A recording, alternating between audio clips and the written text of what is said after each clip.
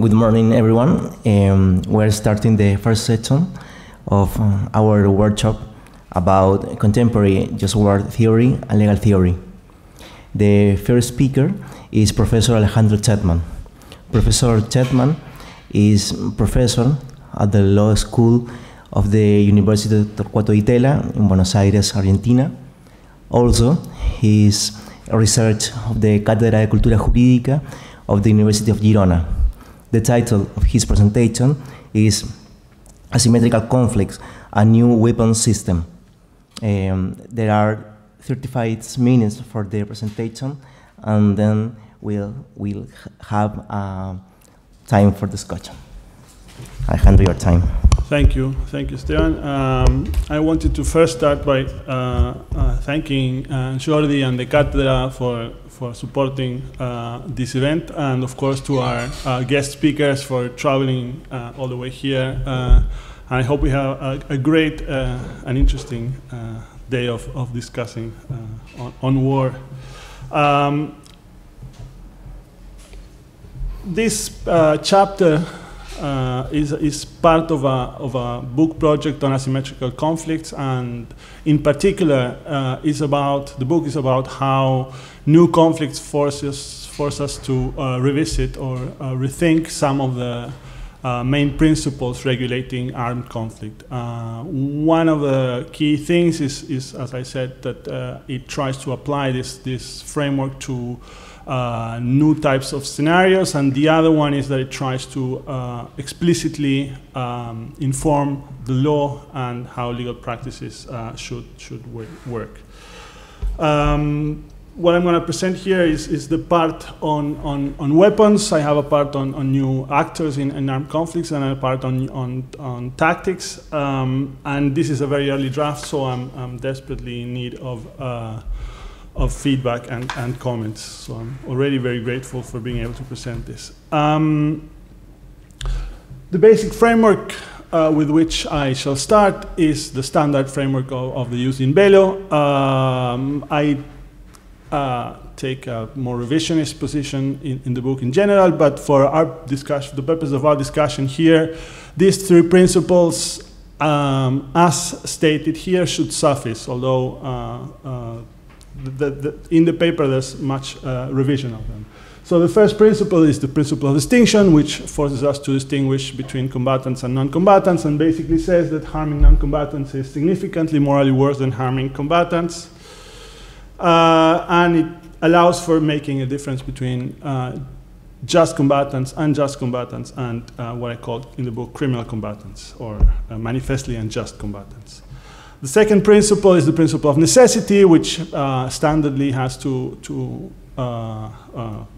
cumulative formulations. The first one is that an attack must be indispensable to achieve the military advantage. So in order to satisfy the principle of necessity, what you're doing has to be able to actually secure the military advantage you're claiming to be pursuing. And secondly, there must not be a less harmful alternative means to achieve this or a similar advantage. So that's what we standardly call the principle of ultima ratio. And finally, the principle of proportionality, which for our purposes and for now can be described as comparing expected harm, or that expected harm should not be disproportionate to the expected benefit of a given operation. I'm going to get the water. So distinction. I need to talk to the microphone. Distinction, necessity, and proportionality are standardly the three of the four basic in bello principles. And I don't need to make any specific adjustments at this point. So the question is how new weapon systems, and in particular, I'm going to concentrate on drones, non-lethal weapons, and cyber weapons or cyber attacks as examples. How do these weapons fare vis-a-vis this standard framework? The first weapon, I hope, yeah. This is a Reaper drone.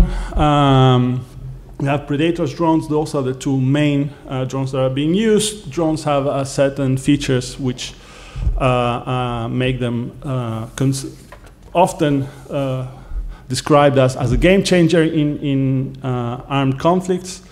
They can fly for a long time without necessarily charging fuel or anything. They have surveillance equipment. They use very precise weapons such as hellfire missiles or the new smart bombs.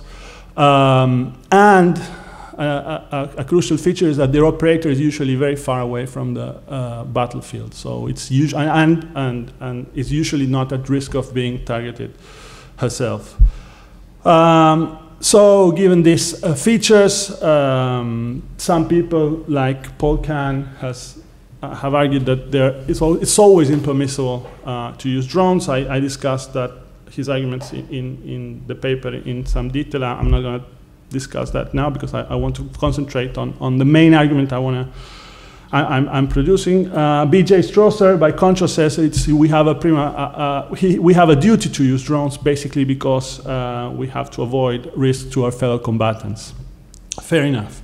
So the first advantage is that it protects fellow combatants, and I think B.J.'s point can be made in terms of proportionality analysis. So if we compare ground troops, GT, air bombings with jet planes, and drones, we can assume that for the same harm we're going to cause, we can expect a greater military advantage, first by using air bombings, and second, and even more, by using drones. That military advantage is the fact that our fellow combatants are not going to be killed. So for the same kind of expected harm, we're going to get more benefits. So as a matter of necessity, it seems that this is the better answer. And if we think that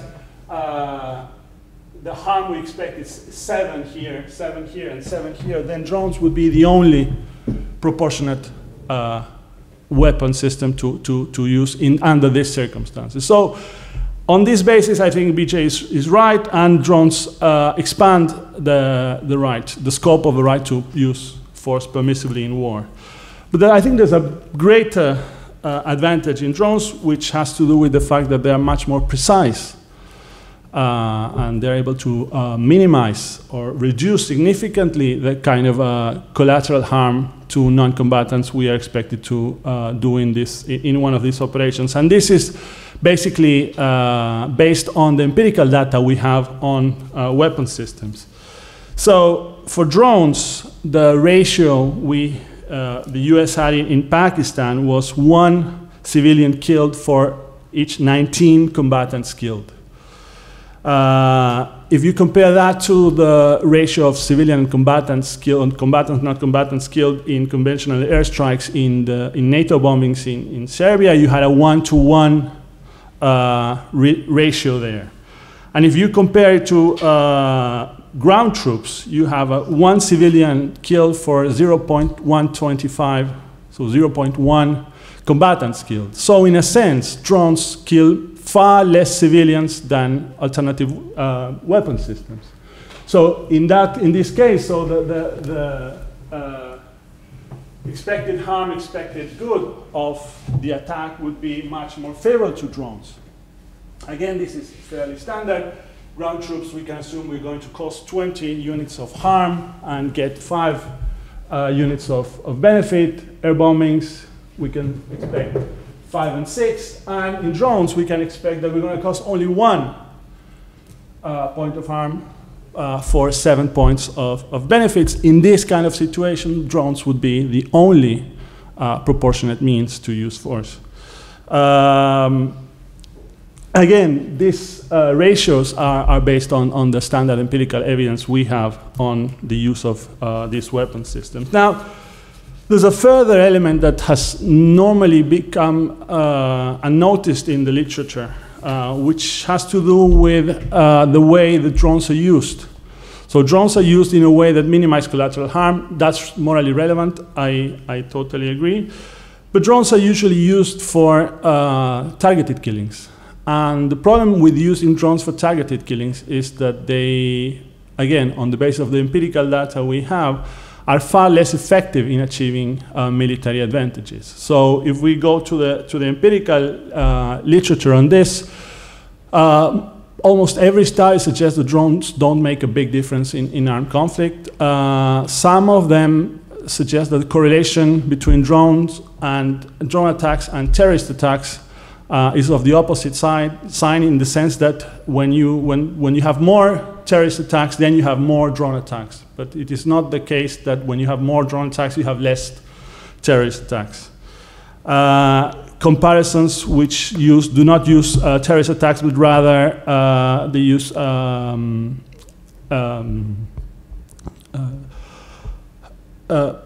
the capacity of these organizations to conduct or to do publicity online show too that an increase in drone attacks against these organizations does not weaken the organization in its capacity to do publicity on the web. And finally, there are studies which are related to the IDF, the Israeli Defense Forces in particular, which show that detaining people is much more effective in reducing terrorism than killing them via drones. So what happens here is that drones are expectedly, or it's reasonable to expect that they have a far lesser prospect of success in achieving the military goal that we're trying to achieve. So if this is correct, we can assume that ground troops would have 60% of achieving a significant military advantage, air bombings 10%, and drones only 5%.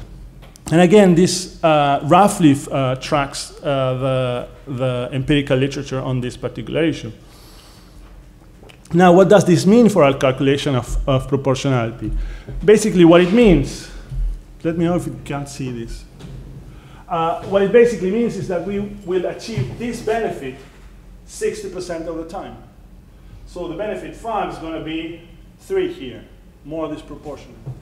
Interesting, with air bombings, we're going to achieve the benefit of 6 only 10% of the time. So again, the benefit is going to be 0.6. But crucially, we're going to achieve the benefit of 7 only 5% of the chance. So the ratio is going to be 0.35. So my main argument with respect to drones is that yes, they protect fellow combatants, yes, they cause less harm, but also they are much less effective in achieving a military advantage. So in a sense, the main point here is that the ratio between 1 and 0.35, 5 and 0.6, and 25 and 3 is not significantly different. So if they modify the permissibility, the scope of permissible action in war, it's only by a very slim margin. So that's my take on drones. Let's go to non-lethal weapons. This truck, it's what it's called an active denial system, which basically causes severe pain for a very short time. You feel like your skin is getting burned, but you don't have any permanent injuries or harms. It's just a severe transient pain, and it's used to attack snipers who are hiding in big crowds. So you point this thing to the crowd, and then the crowd would disperse, and you would be able to find the sniper. That's the theory behind it. But you also have rubber bullets, bean-dog projectiles, taser guns, some chemical weapons such as calmatives, acoustic weapons, lasers, and other types of non-lethal weapon systems. So how do these do in war? Again, the argument in favor is that they're much more proportionate and we have a duty to use them. Gross argues that they should be assimilated to a therapeutic treatment, to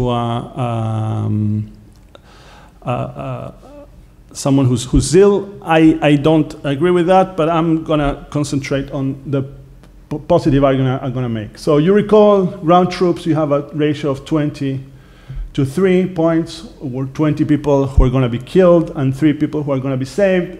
Drones are 1 against 0.35. We can, of course, add this in a sense that this would become proportionate, but that's not the point of my consideration. The point of my consideration is that we now have to consider, instead of the killing of one person via drones or the killing of 20 people via ground troops, causing severe transient pain to 500 people. So you expand significantly the number of people who are going to be harmed, but you diminish significantly the kind and quantity of harm you're going to produce to them. So if we think, what should we do? Which is the most proportionate course of action? And as a result, the only one that meets ultima ratio here. I believe that all else equal, causing 500 people severe but transient pain is less harmful than killing one. So if you have to decide what to do, whether to kill one to get some kind of military advantage or to cause transient pain, then I assume that you must cause transient pain to 500 people rather than killing one. Besides, non-lethal weapons have over ground troops the fact that they cause less collateral harm. Of course, killing 20 is much more disproportionate than causing severe transient pain. And over drones, they have the advantage that they have the effectiveness of using ground troops. So in a sense, they seem to be a much better option. Now, of course, again, you have to go into look into the empirical literature about how these weapons are used, and what we find there is that they are abused most of the time. What do I mean by this is that when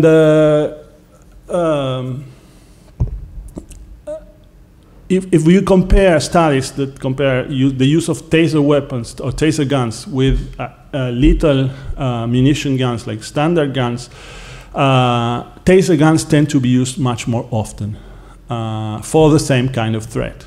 So, in a sense, what we see here, what we should consider here is that instead of having 500 transient pain or severe transient pain people who are caused severe transient pain, we might have 700 or 800 or 900 or 1,000. But the key point is, unless we have, I mean, the numbers for which causing severe transient pain would be worse than killing one person have to be quite significant. And I mean really, really significant. So I don't think that the ratio we empirically have as a ratio of abuse in this kind of case would justify using drones or using standard ground troops than against using non-lethal weapons. But this does not capture the full force of this objection, which is that non-lethal weapons are standardly abused, because what they also mean is that, of course, yeah, it might be true that when you would use drones, it is still more proportionate to use non-lethal weapons. But it might be that the chances of you having the right guy there might be low enough, and you would still use the non-lethal weapon. So imagine a police officer has 40% probability of getting the situation right. He thinks he's seeing an attack, but he's only 40% sure. So if he has a non-lethal weapon, the empirical literature says he's going to use it anyways, just in case. But if he has a lethal weapon, he's not going to use it at all. So the question is whether in this particular circumstance, it is still proportionate to give these military officers, these police officers, a non-lethal weapon. I think it is. So if we compare the possibility of using non-lethal weapons with a chance, with a 40% likelihood of you being right and there being a risk, against not using drones, you have to use, as statistical analysis suggests, the conditional expectations. So I'm not going to go into the math here, but it's pretty simple math, but I'm happy to discuss it anyways afterwards. Basically, when you have 40% chance of success, what you basically do is reduce the benefit you would expect, because only 40% of the times you're going to protect these individuals. So my argument here, and here of course when you're using drones or lethal weapons, you have 0 in terms of harm, but only 0.14 in terms of the expected benefit. So I believe that the relevant comparison here is whether we are prepared to ask these 700 people who are going to be caused severe transient pain to accept this pain for the sake not of the people who are going to be killed here, but rather for the people who are going to be saved here. So is it permissible to cause severe transient pain to 700 people in order to save one person's life? I think it is. And so even in a situation in which you would not use you would not use lethal force, non-lethal weapons would still be permissibly used. So in a sense, my argument is that non-lethal weapons make a significant difference in terms of expanding the permissible scope to use, or the scope to use force permissibly in war. And the argument for this is the standard non-additive, anti-additive and anti-aggregationist intuitions that are pervasive in the literature now.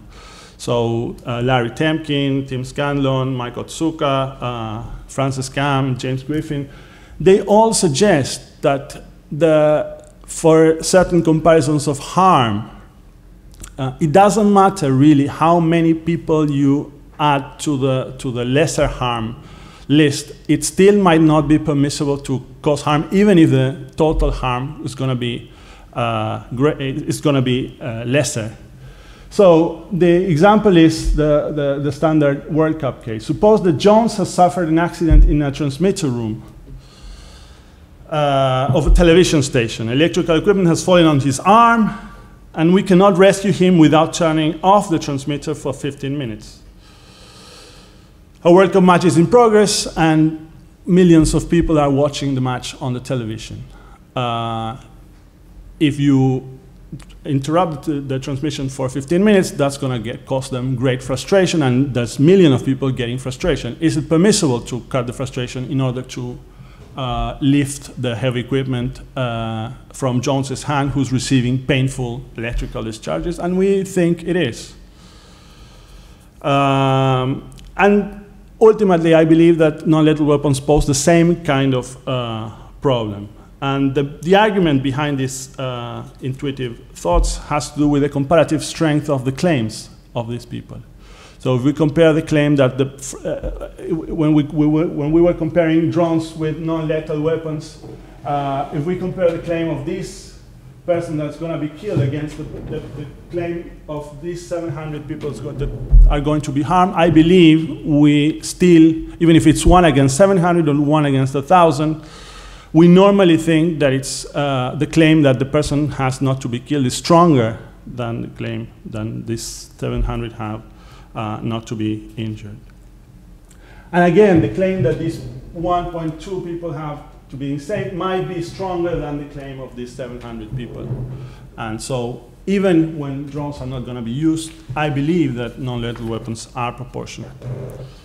How am I on time? It's not that bad. Please let me know if, I'm going a bit fast and all the math is not necessarily crystal clear if you're listening it for the first time. So I apologize in advance for that, and I'm happy to clarify any further issues.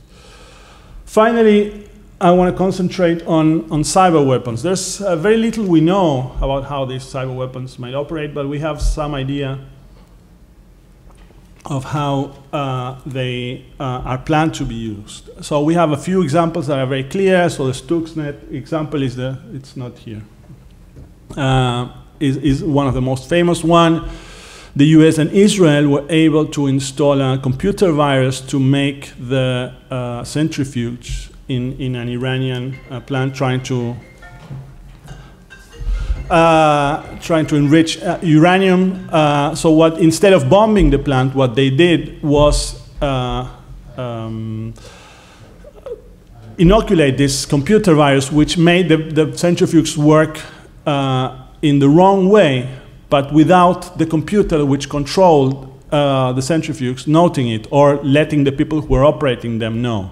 So basically, the Iranians were trying to enrich uranium for months without being able to and without understanding what was going on.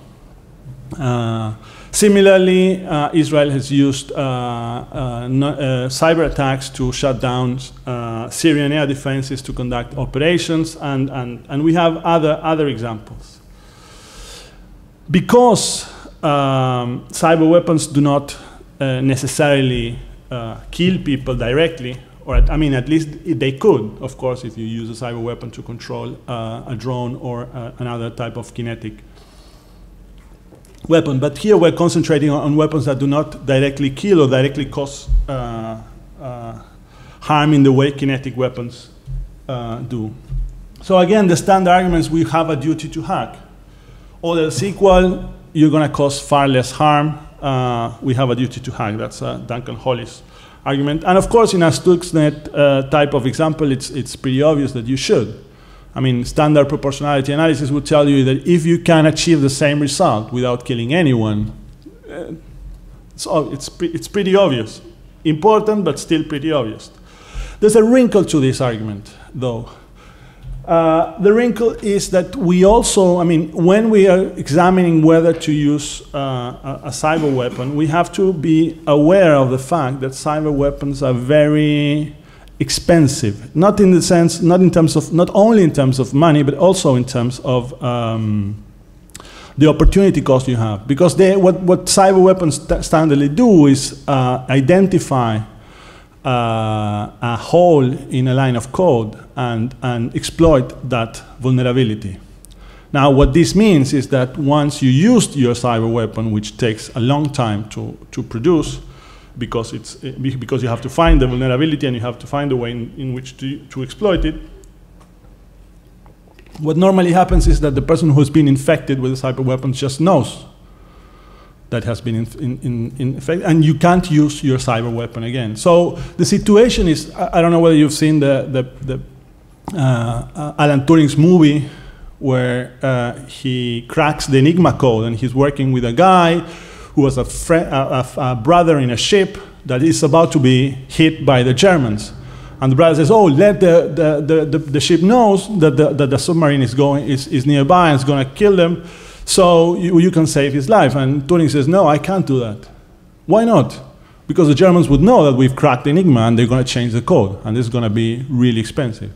So, yes, we do have a duty to hack also, but we need to take into account the opportunity cost, so to speak, of using these types of weapons. And I believe that there may be many circumstances in which, even though we had the opportunity to hack, it is permissible to use kinetic force instead.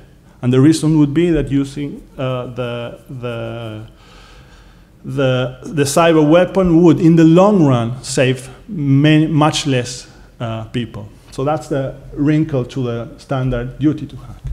Now, there's a challenge to this duty to hack. Because if this is true, then why not hack civilians? Why not directly attack civilians? Why is this not a substantial erosion of the principle of distinction? Now, consider the following case. So a person A is threatening, is going to kill me. He's coming on the elevator. I have two options: either kill him or use a computer virus I have in my phone that would block the elevator and would allow me to escape free. Yet this the use of this virus would cost the landlord $2,000. Am I allowed to kill my culpable aggressor? Some people may think that you are. I don't think so. I think you shouldn't kill under those circumstances, and I think this means that you are. It is permissible for you to harm the landlord in this particular way. So I believe that A, in this case, is under, or me, I am under a duty to hack here. Now, of course, if we are considering cyber weapons that take off or take out $2,000 from bank accounts, that's not going to produce any military advantage. So how about we, instead of taking $2,000 from the bank, we freeze bank accounts of 200,000 individuals in a particular city? Would that be permissible? Again, I don't think this would do the trick either in terms of the, in this case, anecdotal empirical evidence of how bad the situation has to be in order for civilians to turn against their own forces and that provide a belligerent with a military advantage. I don't think freezing 200,000 people bank accounts would do the trick. But of course, people working on cyber weapons say, well, yeah, but that's not the ultimate goal. When you freeze all these bank accounts for a very long time, what you have is ensuing chaos.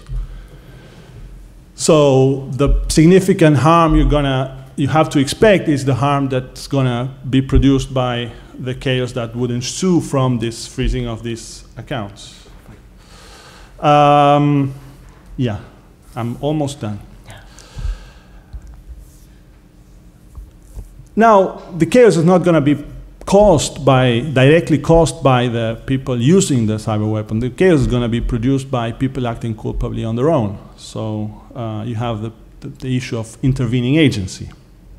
And this, most people believe, provides a serious discount. So consider the case of an intruder that comes into my office and tells me, if you don't let yourself be strangled by me, a friend of mine is going to kill 5 innocent people.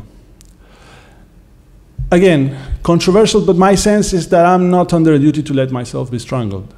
And the reason for that is essentially that someone else is culpably killing innocent people, and I'm not doing anything to them.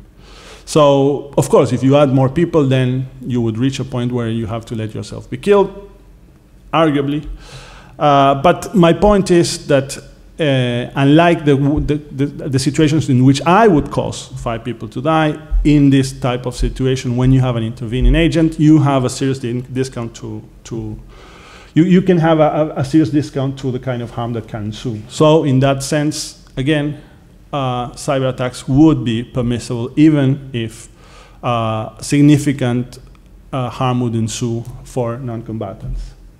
Now, there's a difference between the scenario in which someone comes into my office and makes this threat to me and the situation we are considering here, because basically what the user of the cyber weapon is doing is intentionally creating a situation in which these people would pose a threat to other people. So I think the right analogy is with a situation in which I make a person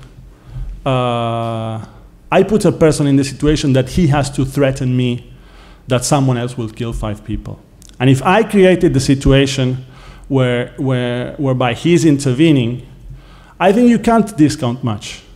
I think I am not entitled to discount the harm that someone else will cause to these civilians. And if this is true, then insofar as the users of these cyber weapons have created the situation through which the intervening agents get their motivation, their reasons for causing chaos and attacking their fellow countrymen, ultimately debilitating the will to fight. Because I created that, then I cannot discount that kind of harm. And if this is true, then I don't think necessarily that, that cyber attacks erode the principle of distinction in such a strong manner. I'm going to leave it at that. Thank you very much.